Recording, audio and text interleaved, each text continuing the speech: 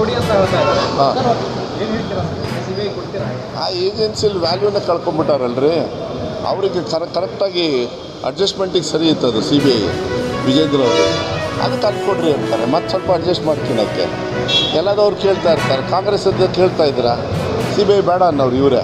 ನೋಡಿ, ಈ ಚರ್ಚೆ ಎಲ್ಲ ಉಪಯೋಗ ಆಗಲ್ಲ.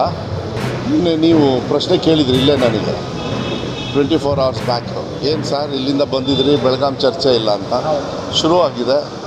ಅದಕ್ಕೆ ಉತ್ತರ ಕೊಡೋಕ್ಕೆ ಸರ್ಕಾರ ಬದ್ಧವಾಗಿರ್ತದೆ. ಈ ಕಡೆ ಒತ್ತಡ ಕೊಡ್ತಕ್ಕಂಥ ಕೆಲಸವನ್ನು ಮಾಡ್ತಾರೆ. ಎಲ್ಲರೂ ಮಾತಾಡಬೇಕು. ಇವತ್ತು ಮಾತಾಡ್ತಾರೆ, ನಾಳೆನೂ ಮಾತಾಡ್ತಾರೆ.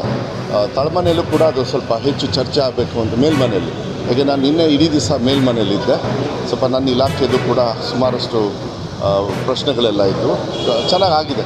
ಚರ್ಚೆ ಆಗೋದಕ್ಕೆ ಒಂದು ಕಾನ್ಫಿಡೆನ್ಸ್ ಬರುತ್ತೆ. ಈ ಕಡೆ ಜನರಿಗೆ ನಾವು ಕಾನ್ಫಿಡೆನ್ಸ್ ಕೊಡಲಿಲ್ಲ ಅಂದರೆ ನಾಳೆ ದಿವಸ ಯಾಕೆ ಸುವರ್ಣಸೌಧಕ್ಕೆ ನಾವು ಬರಬೇಕು ಅನ್ನೋದು ಬಂದುಬಿಡುತ್ತೆ. ಭಾಳ ಸ್ಪೀಕರ್ ಅವರು ಭಾಳ ಜವಾಬ್ದಾರಿಯುತವಾಗಿ ಅವ್ರು ತಗೊಂಡಿದ್ದಾರೆ. ಅದಕ್ಕೆ ಅವರಿಗೆ ಧನ್ಯವಾದಗಳನ್ನು ನಾನು ಹೇಳಲಿಕ್ಕೆ ಇಷ್ಟಪಡ್ತೀನಿ. ಚರ್ಚೆ ಮೂಲಕ ಅನುಷ್ಠಾನ ಆಗೋದನ್ನ ನಮ್ಮ ಸರ್ಕಾರದಿಂದ ನಾವು ಗ್ಯಾರಂಟಿ ಕೊಡ್ತೀವಿ.